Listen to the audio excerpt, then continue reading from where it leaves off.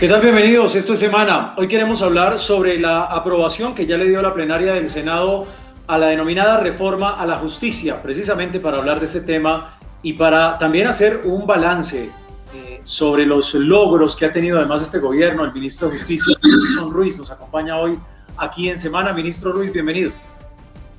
Juan Esteban, un saludo muy especial a ti y a toda la mesa y por supuesto a todos los que nos ven y nos escuchan. ¿En qué te puedo servir, Juan Esteban? No, ministro, es un gusto como siempre tenerlo acá, ministro, y por supuesto hay muchas preguntas de los televidentes y vamos a tratar de hablar de todo un poco, ministro, porque es una reforma a la justicia, digamos que viene muy cargada. ¿Cuáles son los puntos más importantes, ministro Ruiz, de esta reforma, de esta iniciativa, además que ya pasó en la plenaria del Senado? Juan Esteban, esta reforma nos va a permitir adoptar el expediente digital en todas las disciplinas jurídicas y, por supuesto, vamos a acercar la justicia a los ciudadanos con la creación de jueces itinerantes que serán jueces y magistrados con capacidad de atender la demanda de justicia en los municipios con más congestión judicial. Es lo que nuestro presidente de la República llama la Colombia profunda. Un aspecto importante también, Juan Esteban, de esta reforma es que define a la Administración de Justicia como un servicio público esencial, factor que va en concordancia con lo que ha dicho la jurisprudencia de la Corte Constitucional y la Constitución Política, haciendo desde luego efectivos otros derechos ciudadanos. Quiero también comentarte que la reforma a la Ley Estatutaria de la Administración de Justicia se establece la equidad de género. El 50% de las listas para elegir a magistrados de las altas cortes serán conformadas por mujeres. Igualmente ofrecerá garantías para el acceso a los cargos de la rama por méritos. Una situación que generó mucho debate y que es importante explicarlo es que gracias a esta reforma la justicia colombiana tendrá una destinación del 3% del presupuesto general de la nación, de una forma progresiva. Me parece a mí como ministro de Justicia que es un gran logro de la gestión que hizo el señor presidente de la República, Iván Duque Márquez, que permitirá mejorar y modernizar todo el aparato de justicia y dar garantías a los prestadores de la misma. Importante, Juan Esteban, también que se adapta a la conformación autónoma y funcional del Consejo Superior de la Judicatura como un órgano de gobierno y administración de la rama judicial y de la Comisión Nacional de Disciplina Judicial, que ejerce nada menos que la función jurisdiccional disciplinaria sobre los funcionarios y empleados de la rama judicial. Sí, ministro, un tema muy importante tiene que ver con una polémica que se generó, digamos, vimos algunos comentarios, de hecho, en redes sociales sobre la eliminación de los 15 años de experiencia mínima para cargos como fiscal, defensor, procurador. ¿Eso quedó en la reforma? ¿Está en el texto que finalmente la plenaria del Senado aprobó, ministro? Juan Esteban, quiero explicarte a ti y a toda la opinión pública que ese fue un tema incluido durante el trámite de los 4 debates en el Congreso de la República. No estaba en el texto inicial del proyecto de reforma presentado por el Ministerio de Justicia. Entonces, la verdad, pues no puedo como hacer muchos comentarios sobre esa parte, pero lo que sí te quiero decir es que esta ley estatutaria tiene un control automático por parte de la Honorable Corte Constitucional, que es la que tiene, digamos, la última palabra y tiene, como todo el país lo sabe, la función inclusive hasta de modular los fallos, y ahí es donde nos vamos nosotros a dar cuenta en ello, de modo que le damos la oportunidad a la Corte Constitucional para que entre a definir si realmente se ajusta o no a la Constitución, sí, eso que colocó el Congreso de la República allí. Sí, ministro, yo quisiera repetir un poco el tema de los 15 años porque me dicen lo siguiente: sí excluyeron a magistrados, pero para fiscal, defensor, procurador y registrador quedó la norma, ministro. De alguna manera no se abre la puerta a que personas sin tener la experiencia para un cargo tan importante como la defensoría, como la procuraduría, lleguen a estos cargos, ministro, ¿o qué se va a hacer en este caso? Porque si quedó en el texto, evidentemente se va a discutir el tema y se va a aprobar. Sí, pero digamos, es importante tener en cuenta lo siguiente. Una vez esto se concilie, que queremos que de aquí a mañana en el Senado y la Cámara de Representantes de nuestro país, pasa el control automático de la Corte Constitucional y ahí en el seno de la Corte Constitucional van a tener la última palabra. Por eso te lo expliqué ahora, no fue iniciativa del Ministerio de Justicia, fue una iniciativa parlamentaria y definitivamente pasó. Pero repito, ahí hay todavía la forma de que la Corte se pronuncie sobre ello. Claro, tema muy importante, ministro, y además, y quiero pasar a otro tema porque pues el tiempo corre, ministro, pero es muy importante lo que usted nos está diciendo. ¿Qué va a pasar, ministro, con los abogados, funcionarios y ciudadanos que no saben hasta cuándo va la justicia virtual? Y este es un tema muy importante, ministro, que nos hacen muchas personas también en las redes sociales. ¿Qué va a pasar con esa virtualidad, ministro? ¿Qué planes tiene el Ministerio de Justicia en esta materia tan importante? Juan Esteban, mira que las cosas más importantes de nuestro país es la justicia digital. Y esto de la pandemia, desde luego, nos causó un gran daño como sociedad, demasiadas muertes. Yo anoche miraba más de 600 muertos por esto de la pandemia, más de 25,000 contagiados. Esto es una situación que es muy alarmante. Pero fíjate, Juan Esteban, que después de las dificultades hemos aprendido que el país puede funcionar electrónica o digitalmente. Te lo digo porque en el Consejo de Estado tiene una plataforma digital que ha servido de modelo, y lo que nosotros queremos con esta reforma de la justicia es que con la digitalización de la misma, el usuario de la justicia no tendrá que desplazarse hasta los despachos judiciales en forma física o presencial.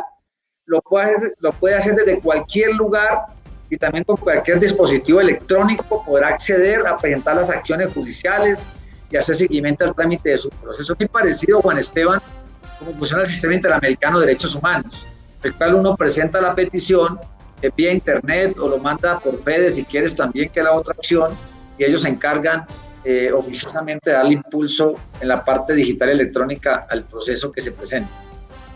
Ministro, la otra pregunta tiene que ver con, por ejemplo, ¿hay algún plan, ministro? Y esto es una pregunta que me envió de hecho un abogado, tiene que ver con el regreso a la presencialidad. ¿Habría una fecha, ministro, para ese regreso a la presencialidad de la rama judicial, por ejemplo? Hombre, Juan Esteban, de las cosas más importantes que ha hecho el gobierno nacional en cabeza del presidente Iván Duque y por supuesto su ministro de Salud, Fernando Ruiz, es que todo el país se ha dado cuenta la cantidad de vacunas masivas que se están aplicando. Y yo considero que en los próximos días, definitivamente ya la gran mayoría de colombianos van a estar aplicados sin importar la edad que tengan y también los problemas que tengan de salud para poder aplicar dicha vacuna. Esto finalmente lo va a determinar el Consejo Superior de la Judicatura, sala administrativa, que es el encargado de regular este tipo de situaciones. Incluso, Juan Esteban, yo le he solicitado al señor ministro de la Salud encarecidamente que nos autorice, porque no son sino 30,000 empleados, contándolos con los funcionarios, jueces y magistrados, para poder obtener la vacuna y poder regresar pronto a la presencialidad, porque por más que avancemos en la justicia digital, esto no va a ser de un día para otro. Ahí, digamos, vamos a tener un interregno que puede ser un poquito largo y engorroso, y mientras tanto la gente tiene que seguir trabajando con la presencialidad. La gente reclama también ir a hacer la parte presencial, de hablar con los jueces, presentar sus documentos y todo.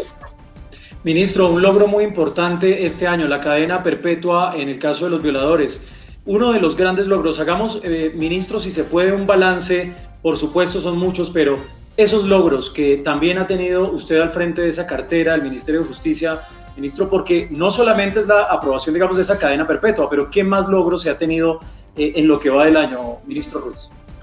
Juan Esteban, muy contento ayer porque se aprobaron lo que tú acabas de mencionar. Primero, la reforma a la justicia, que llevábamos más de 25 años sin que pasara en el Congreso de la República. Es un gran logro por la iniciativa que tuvo el Gobierno Nacional en cabeza del Ministerio de Justicia.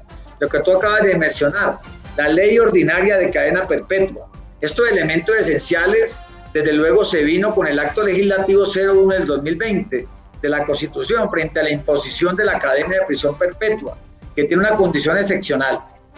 Decirle a toda la opinión pública que la pena de prisión perpetua tendrá control automático ante el superior jerárquico para cumplir la doble conformidad.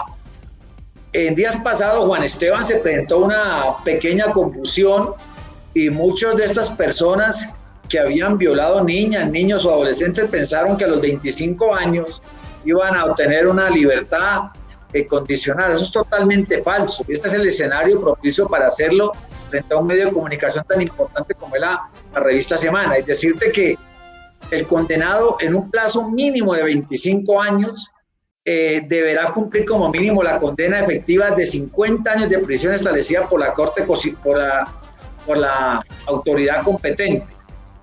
¿Esto qué lo establece? Lo establece el Código Penal, y en caso, Juan Esteban, de que haya un concurso de delito serán 60 años. Quiere decir que para poder que una persona de estas, si hay mérito a ello, una verdadera resocialización, tendría que partir mínimo de los 50 o 60 años para obtener una libertad.